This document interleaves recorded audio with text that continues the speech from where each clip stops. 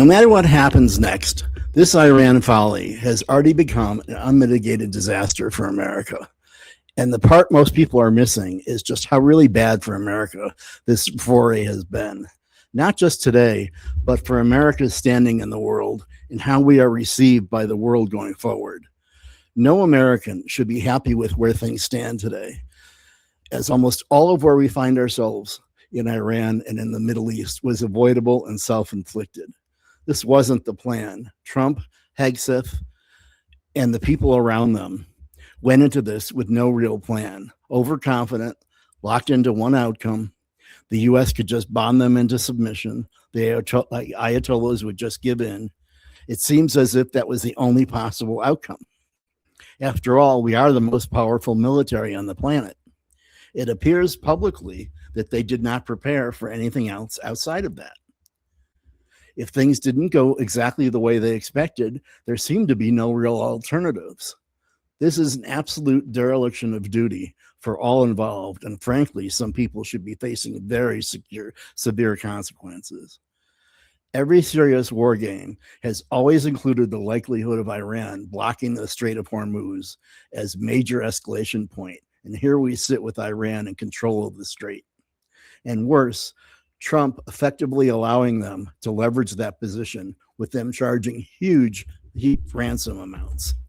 This is so far out of anything rational. It is so beyond comprehension that this is where we find ourselves, and it's really hard to fully process. And just as important, here at home, there was no effort to build support before this started. Not in Congress, not with the public, and that matters because this is the first time in modern history where there was such little public support going into this. And unlike prior wars, it didn't rise after things began. In fact, public support dropped, and it dropped fast. This is unprecedented, and this is so much with what we are now facing, unprecedented. And in the process, Iran is now elevated. After this week and Trump's craziness earlier this week has put us in a position that we should never have found ourselves. This certainly was never the intention for Iran to be lifted, quite the opposite. They are now being viewed as one of the major powers in the world and a major power in the Middle East for sure, a country that stood up to pressure and didn't fold. This changes how other countries see them. It changes how they negotiate. It changes their position globally. This result couldn't be more disastrous for America, the West, and the world, and none of us should be happy about it. At the same time, damage to the U.S. is incalculable, and we are still waiting to see how much worse it gets. Not just in the moment, but how are things going to be viewed long term? Our credibility matters. Our relationships matter. And those relationships took decades to build. Now, many of those relationships are not just strained, they are damaged badly. Some may be beyond repair of any sort.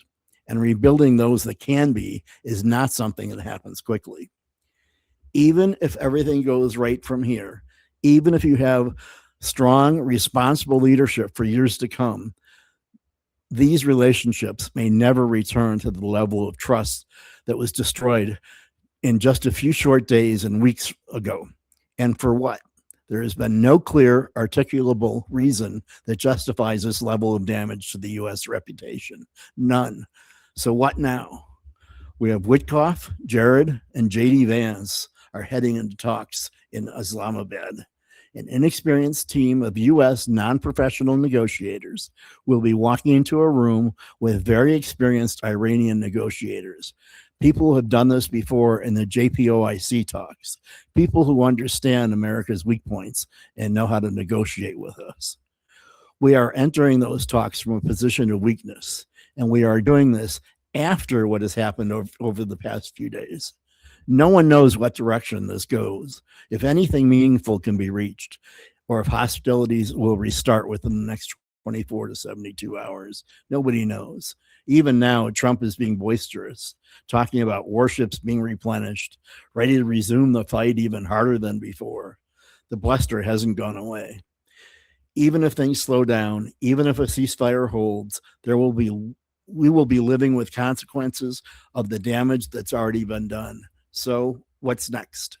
And what happens with our allies in the region, Saudi Arabia, the UAE, who are now putting real pressure on Trump and Washington, D.C. to finish this because they don't want an unfinished war sitting on their borders. So much for U.S. security guarantees that these alliances were built on, especially Saudi Arabia and the UAE. Right now, America looks like a paper tiger whose guarantees aren't worth the paper they were printed on. What happens to Saudi and the UAE now? We're living through very real historic days, days our grandchildren will read about, and what may end up being remembered as the collapse of U.S. credibility in the world. How do you even begin to assess the cost of this? Right now, you can't. We have to get through the next few days and the next few weeks without a real disaster happening. Because at this point, every option carries a cost. And no matter which path is taken from here, this moment has already changed the landscape. What happens next matters.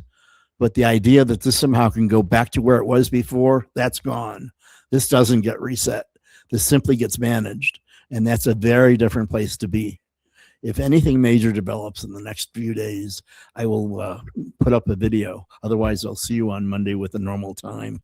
In the meantime, I appreciate you watching. Thank you for coming. Please like this video, subscribe to the channel, and tell your friends about it. And I'll see you on the next one. Thank you.